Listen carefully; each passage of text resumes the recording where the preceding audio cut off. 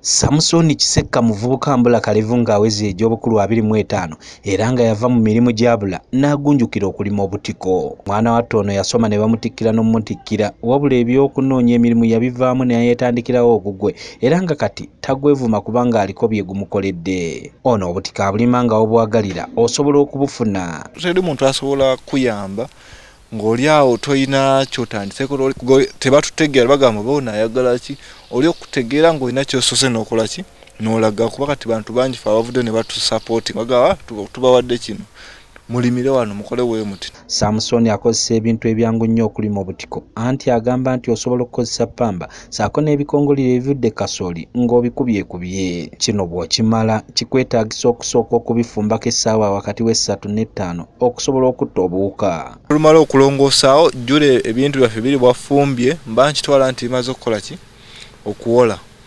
obiyiwewo biwolere ddala bibeere nga tebiriimu bbugumu otabulemu ensigo yaffe ensigo buba bufaanana nga bulo. Samusoni akubiriza abantu okuba abayonjo nti ne wooteeka ebikongoliro saako n'eppamba ng'omaze okumufumba walina okuba wayonjo.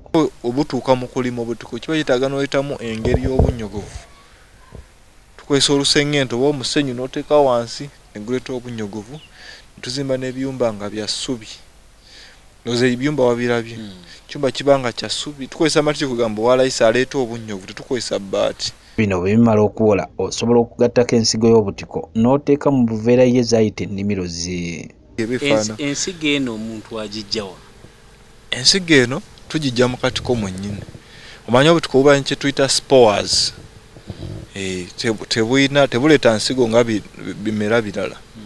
So spores ezo tulina nge tuziyisaamu ne tuzimereza mu kintu ng'obulo oba omuwemba ne tukolamu ensigo ey'akati kale nje tugikozesa okulima obutiko obulala. Gwe wennyini okola ensigo? Tuzikola ensigo. Saamu Butiko agamba nti bino bw'obimaliriza mu ssabbiiti 2 zokka otandika okukungula obutiko. Omuntu okulima obutiko alina okusooka okufuna ki okusomesebwa.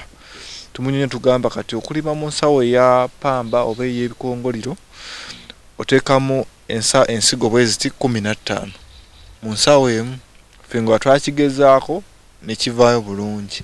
Ono takomawo wokka wabula obutiko abwongereko omutindo ng'abukaza saako n'okukolamu ebintu eby'enjawulo omuli obuugi emmere y'abaana n'ebirala. Butiko aliko baalabirira mu mulimu guno era ng'asobodde n'okuzimbamu amaka ge. Mu Kibijja Miru Kyabasinga obulimi n'obulunzi ku Delta TV tukole.